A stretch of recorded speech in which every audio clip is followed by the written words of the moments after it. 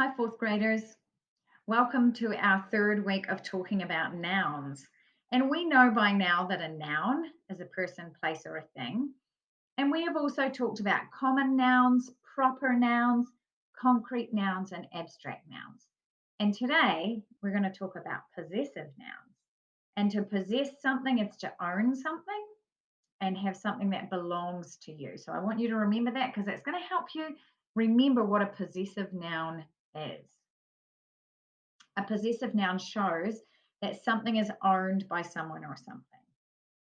So an example of that would be the dog's bowl. So dog is a noun, but it comes possessive when it is talking about something that belongs to the dog. And we have here the girl's dress. Girl is a noun, but it becomes a possessive noun when it's talking about something that she possesses or something that the girl owns. What do you notice about these possessive nouns? What have they got at the end of them that tells us it's a possessive noun? That's right, they have an apostrophe and they both have an S also. So dad's car. Dad is a noun, but when we're talking about something that belongs to him, we add the apostrophe and the S to say there's something coming that belongs to him. Dad's car. And the same, Mrs. Smith's class. Mrs. Smith is a proper noun, it's a name for a person. But if we're going to talk about something that belongs to her, we're going to add the apostrophe and the S to let you know that we're going to talk about something that belongs to her, a possessive noun. That becomes a possessive noun.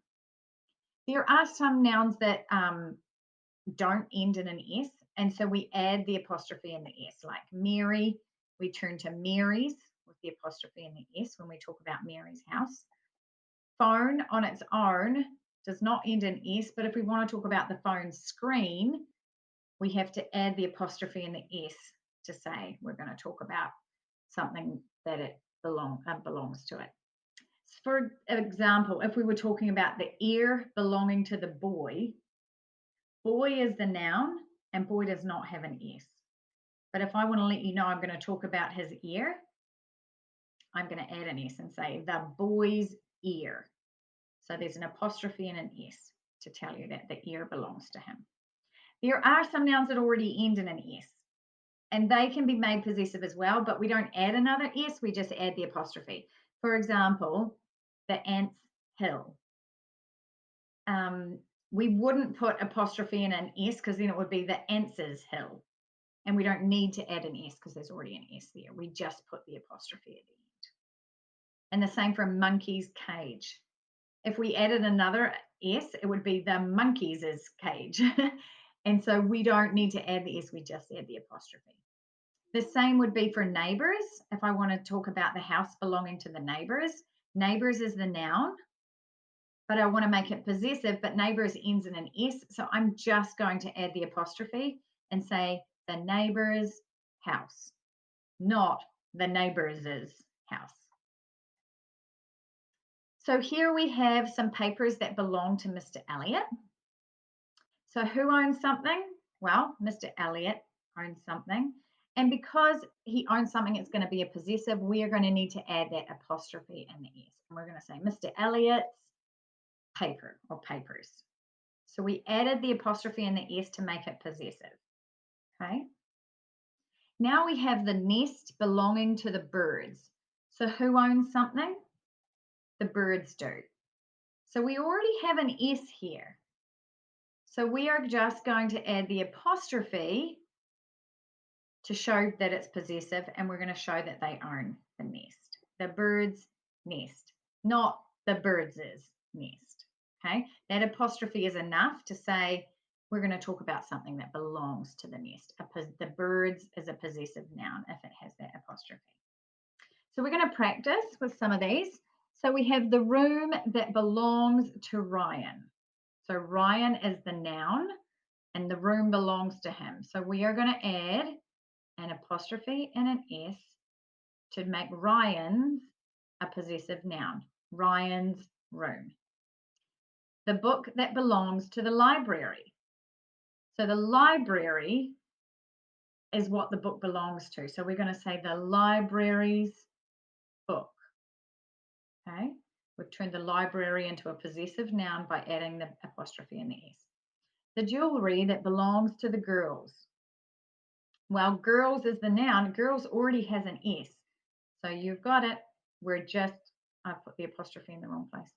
We're just going to add the apostrophe, and I've made a mistake. The apostrophe should be after the S. Okay. And now we have the toys that belong to the cats. Cats is the noun, and we're going to make it possessive. I've done it again. The apostrophe should be after the S. The cat's toys. And here we have mom's phone. The phone that belongs to mum becomes mum's phone. The apostrophe does come before the S because mum did not have an S. We added apostrophe S. Okay.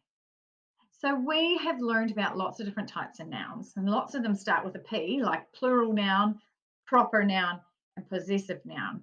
So before we go today, we're just going to think of some examples of each of those, because next week we're going to be talking about different types of verbs. So what is a plural noun? Remember that plural means more than one. So some examples might be pens, books, children. Not pen, book, child, because there's more than one. So pens, books, children. Okay, what is a proper noun? Remember that we had common nouns were just general names for things, and then a proper noun was a specific name. For example, Seattle, not just city, but Seattle. Spruce Way, not just a street, but a specific street.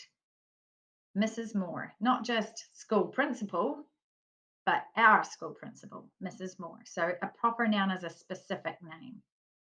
And what is a possessive noun? Well, we've just talked about possessive nouns. So let's have some examples of that one.